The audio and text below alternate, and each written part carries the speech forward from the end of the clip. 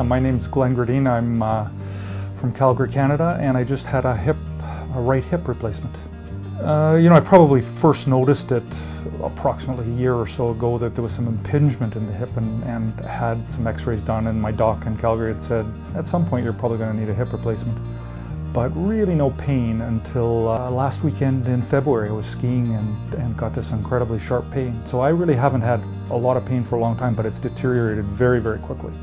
So from the last weekend in February through the month of March, I progressed from walking and skiing normally to virtually being unable to walk, and I couldn't sleep at night.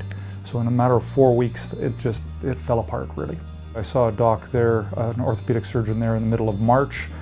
His prognosis was the earliest they could get me in for a hip replacement was August, and there's no way I was going to make it to August like that. And that's when I started researching alternatives in the US. I came across Rick Baker, who's an associate of Dr. Kassman's. Spoke to Rick. Between Rick and Dr. Kassman, they got me a couple of references, people that I could talk to, previous patients to speak to, which I did do.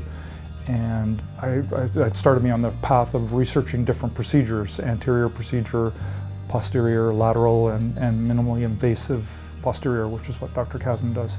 And at the end of the day, you can see pluses and minuses, advantages to each procedure. But my feeling was that either the minimally invasive posterior or the anterior would be best for me. I'm an active guy and I want to recover quickly if I possibly can, and those seem to be the two best for quick recovery.